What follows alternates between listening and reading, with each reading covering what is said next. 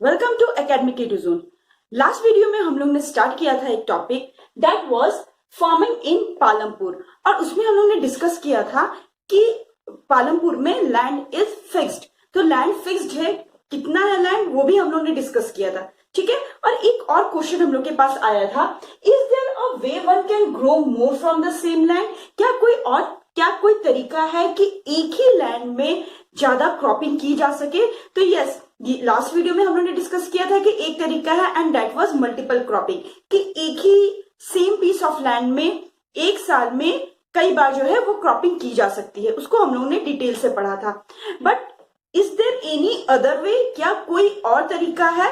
तो यस, एक और तरीका है एंड व्हाट्स दैट, वही हम लोग आज डिस्कस करेंगे and that is modern farming method. Modern farming method से जो है वो क्रॉपिंग को जो है वो बढ़ाया जा सकता है, प्रोडक्शन को जो है वो बढ़ाया जा सकता है। तो first we will have to understand कि what is this modern farming method. तो मॉडर्न फार्मिंग मेथड है क्या? It includes HYV seeds which require more irrigation, modern machinery like threshers and tractors and electric run tubewells. That means कि modern farming method एक method है जिसमें क्या क्या चीजों की जरूरत होती है। तो मोस्ट ऑफ ऑल जो चीज जरूरत है वो है HYV seeds। तो HYV seeds है क्या? ठीक है, तो HYV seeds means high yielding variety of seeds. ऐसे सीड्स जो है जो हाई यील्ड दे सके। तो ये यील्ड क्या है? यील्ड का मतलब कि ज्यादा प्रोड्यूस दे सके, ज्यादा क्या कहते हैं, प्रोडक्शन जो है वो दे सके। तो that is high yield variety of seed.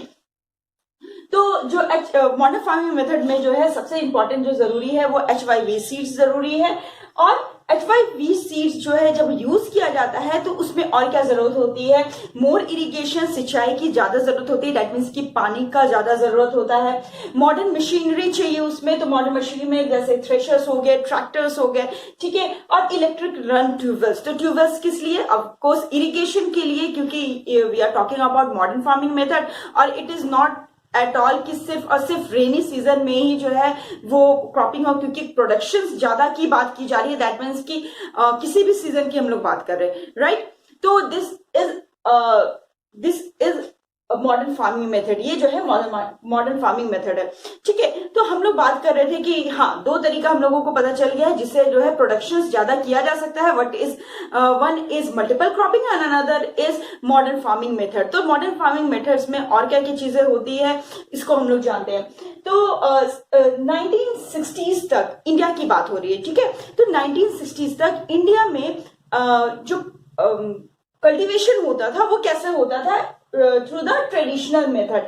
Traditional method से जो है वो कल्टीवेशन होता था। ट्रेडिशनल मेथड से कल्टीवेशन होता था तो उसमें क्या क्या जरूरत होती थी?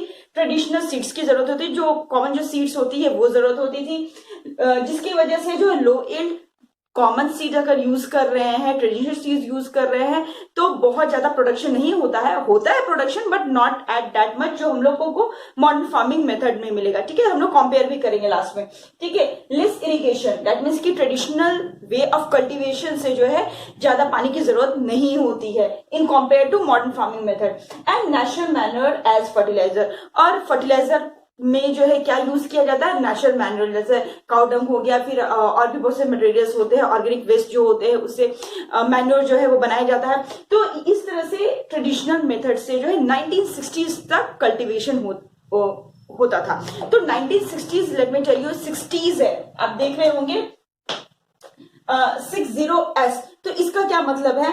बहुत सारे स्टूडेंट्स को जो है कंफ्यूजन रहता है। तो 60s मतलब 60 से 70 के बीच के जो टाइमिंग है, जो डिकेड है, इस टाइमिंग को क्या कहा जा रहा है? 60s कहा जा रहा है। तो इस तरह से कहा जा सकता है। तो it is talking about till mid 1960। Mid 1960 मतलब हम लोग 1965 को ले सकते हैं। 60 और 70 के बीच में का कौन सा ईयर होगा? तो ऑफकोर्स 65 होगा, ठीक है। तो टिल 1965 तक जो है वो इंडिया में जो कल्टीवेशन होता था वो ट्रेडिशनल मेथड से होता था। ओके, बाद क्या हुआ? उसके बाद ग्रीन रिवॉल्यूशन आया। ग्रीन रिवॉल्यूशन को हरित क्रांति भी कहा जाता है। कब तक? लेट 1960 मतलब कि 1970 आते आते जो है वो ग्रीन रिवोल्यूशन आ गया। ये रिवोल्यूशन क्या है? डेट मीन्स की कल्टीवेशन में एक बहुत बड़ा बदलाव, एग्रीकल्चर में एक बहुत बड़ा बदलाव। यस ऑफ कोर्स, जहां ट्रेडिशनल मेथड से जो है वो फार्मिंग की जाती थी, अब वहां मॉडर्न फार्मिंग मेथड ने उसका जगह ले लिया था। ठीक है, तो इसमें क्या क्या चेंजेस आए in compare to traditional method of farming? Traditional method में क्या क्या था वो हम लोग ने जान लिया। ठीक है, तो मॉडर्न फार्मिंग मेथड या फिर ग्रीन रिवोल्यूशन आने के बाद जो है वो ट्रेडिशनल मेथड से कहीं ज्यादा बदलाव आ गया। तो let me tell you one by one. सबसे पहले जो जरूरत थी about the modern farming method या जो ग्रीन रिवोल्यूशन के बाद जो चीजें जो बदली है वो है ट्रेडिशनल सीड्स की जगह HYV सीड्स ने ले लिया। ठीक है, that means high yielding variety of seeds. और उससे क्या चेंज आया? High yield. यहां मैंने आपको बताया था कि ट्रेडिशनल सीड्स से लो यील्ड्स थे, दैट मींस कि उसके प्रोडक्शंस कम होते थे, बहुत ज्यादा नहीं होते थे। बट HYV सीड्स यूज करने से प्रोडक्शन जो है वो बहुत ज्यादा होने लगी। Greater amount of grains on single plant. Let me tell you, ये जो HYV सीड्स जो होते हैं उससे जब प्लांट निकलते हैं तो एक एक प्लांट में जो है in compare to the traditional seeds कहीं ज्यादा ग्रेन्स जो है वो होते हैं। तो जब एक ही सिंगल प्लांट में कहीं ज्यादा जो ग्रेन्स होंगे तो ऑब्वियसली जो है एक सिंगल पीस ऑफ लैंड की अगर हम बात करें या पर हेक्टेयर की बात करें तो वो चेंजेस तो नजर आएगा ही आएगा। ठीक है, प्लेंटी ऑफ वाटर, जैसे हमने बताया कि मॉडर्न फार्मिंग मेथड में है ये HYV सीड्स जो है अगर यूज किया जाएगा तो it needs a plenty of water. Chemical fertilizer in compare to the traditional method. Traditional method में हम लोगों ने बात की थी मैन्योर की, ठीक है, नेचुरल फर्टिलाइजर्स की बात की थी, बट यहाँ बात हो रही है केमिकल फर्टिलाइजर्स की। Modern farming method needs chemical fertilizer and pesticides. ठीक है, तो यहाँ in compared to the traditional method of farming, this is said to be the modern farming method। ठीक है, और क्या क्या चेंजेस है वो इजिली कंपेयर हो सकता है ना।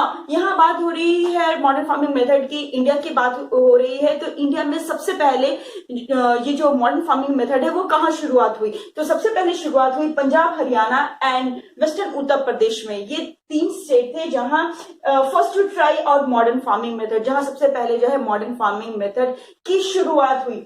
तो this is all about India के इंडिया में टिल मिड 1960s तक किस तरह से ट्रेडिशनल मेथड से फार्मिंग की जाती थी एंड टिल 1960s के एंड तक जो है वो किस तरह से जो है ग्रीन रिवॉल्यूशन आया और मेथड जो है वो ट्रेडिशनल मेथड से मॉडर्न फार्मिंग मेथड में कन्वर्ट होने लगा।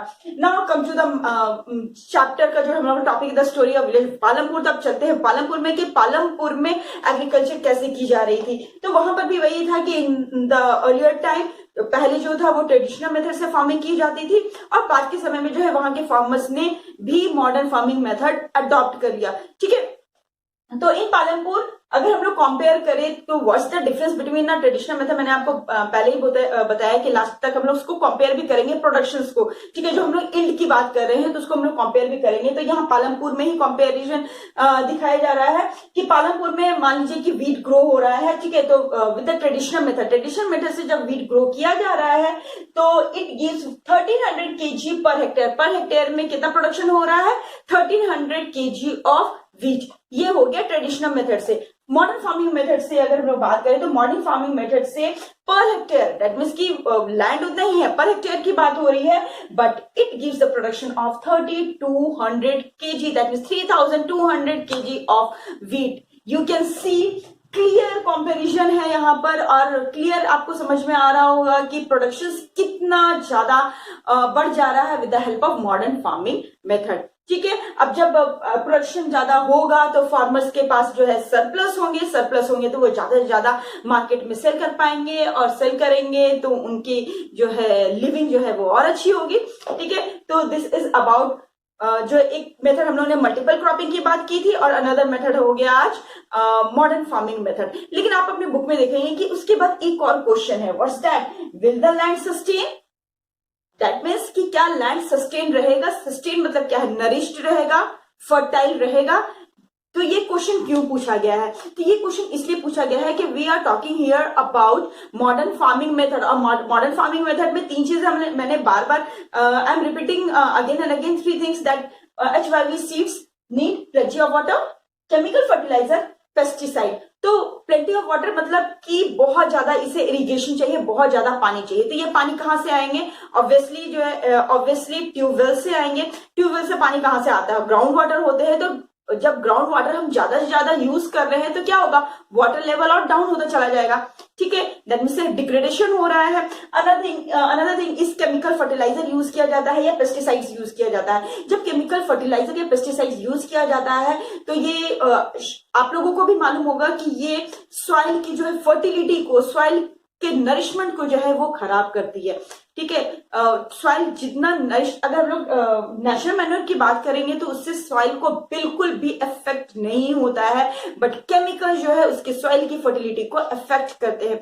और यहाँ अगर हम लोग बात कर ले, साइंटिफिक रिपोर्ट में भी ये कहा गया है कि with the over use of modern farming method and with the over use of chemical fertiliser, pesticides या plenty of water, environment degradation हो रहा है, ग्राउंड वाटर डाउन होते जा रहा है, सॉइल की फर्टिलिटी खराब हो रही है, जो आने वाले जनरेशन के लिए बिल्कुल भी सही नहीं है। That's why this is asked about will the land sustain, क्या लैंड वैसे ही नरिश्ड रहेगा। ओके देन आगे हमारे पास और भी क्वेश्चंस होंगे in the topic farming in Palampur. जो है यही एंड नहीं होता है, अभी हमारे पास और भी सब टॉपिक्स है जो हम लोग बारी बारी से डिस्कस करेंगे। ओके देन आज के लिए इतना ही, good bye and keep learning.